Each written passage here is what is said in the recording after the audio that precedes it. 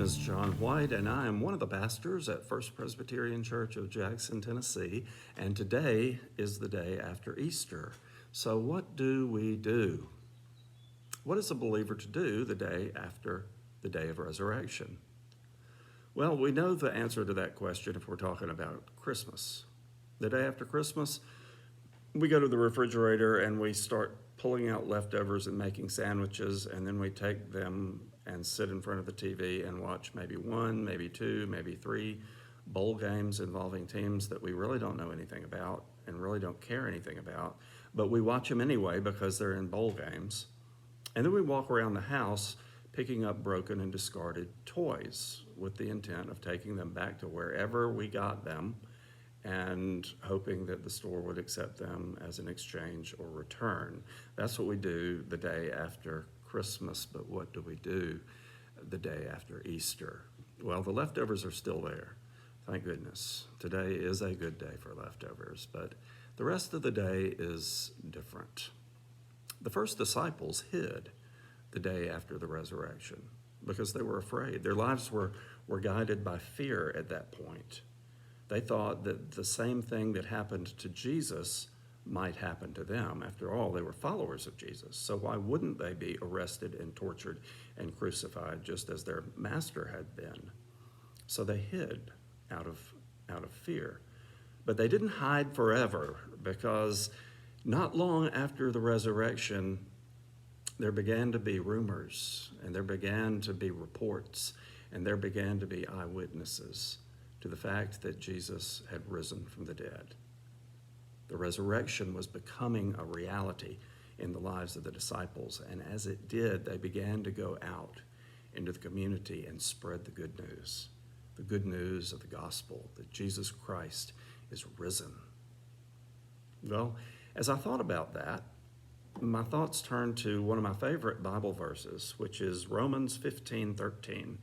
And that verse reads, "May the God of hope fill you with all joy and peace in believing, so that you will abound in hope by the power of the Holy Spirit."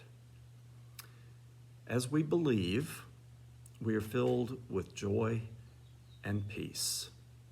And as we are filled with joy and peace, we can abound in hope. Our lives on the day after Easter need to be guided by hope, by joy, by peace, not by fear of the situations that we encounter in this world. And we do encounter some fearful situations. There's a coronavirus out there that's doing a lot of damage. There's an economy out there that is wreaking havoc with people's retirement savings and with people's jobs. There are all kinds of things out there that are things that we could fear. But as Christians, as believers, we are to be filled, as Paul says, with hope and joy so that we can go out into the world and share the good news. So on this day after Easter, this day after the day of the resurrection, I would encourage you to share a little hope with somebody. Maybe it's a neighbor who's in need. Maybe you're out walking the dog or taking a walk and you see a neighbor who's walking and you share a little bit of hope with them in some way. Hey, isn't it a beautiful day? Or I'm keeping you in my prayers. Maybe you want to write an email or actually a handwritten note to a friend or a loved one, a family member, and just say, on this day after Easter, I'm reminded of the hope that comes from Jesus Christ. And I just wanted to say hi and remind you of that hope. Peace be with you. Maybe it's a day to mend a broken relationship. Whatever you do, don't hide in fear. Of course, we can't go out now, really, because there are laws in place that say we have to stay indoors or at least stay at home. But we can go out through electronic means, just like I'm doing right now.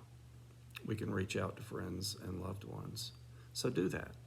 Take the opportunity to share a little bit of hope with someone who needs it, because there are so many in this world who are in need.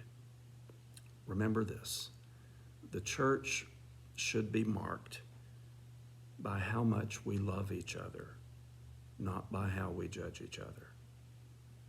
So reach out beyond your walls and care for someone who is in need through your words, through an email, through a telephone call. Share the hope of the gospel. Grace and peace be with you.